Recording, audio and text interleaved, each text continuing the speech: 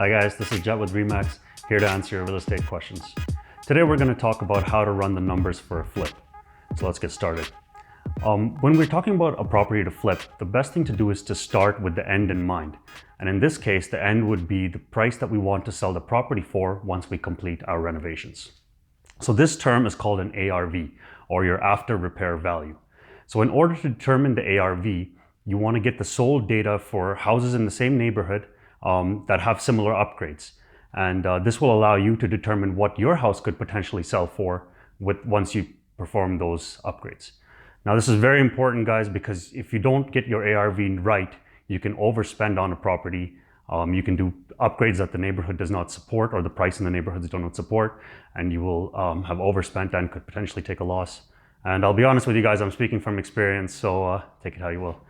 Okay, so once we determine our ARV, the next thing what we're going to do is we're going to look at all the costs that we're going to incur during our renovation period. What we do then is we subtract each of the costs from the ARV to determine our break-even price, or basically the price that we would want to get the property at to break even.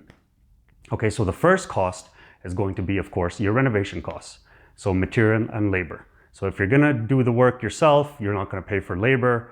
But in general, it's a good idea to bring a contractor over to get a full estimate of how much it would take to do the renovations that you have in mind, so you have that cost accounted for.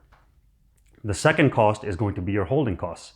Now, if you live in the property that you plan to renovate, this may not necessarily apply to you, but if you're renovating a property that's not your primary residence, you're going to have to take into account certain costs. So your mortgage costs, your tax, and your utilities during that renovation period up until the point that you sell it have to be accounted for. The final one is your selling costs. So your realtor fees, your lawyer fees, and any sort of penalties you may incur for breaking your mortgage, which depends on the mortgage plan that you select, of course. So these are your three costs, and I'll just explain that with a quick example. Say your ARV, your after repair value on a property that you're looking at is $500,000. You determine that your renovation costs will be about $60,000. Your holding costs will be about $2,000 a month, let's say for 6 months, so that's $12,000. And let's say your selling costs are going to be $20,000. So we take our $500,000, we subtract those costs, we end up at a break-even price of $408,000. So this is what we would have to pay for the house in order to break even and to be able to sell it at $500,000.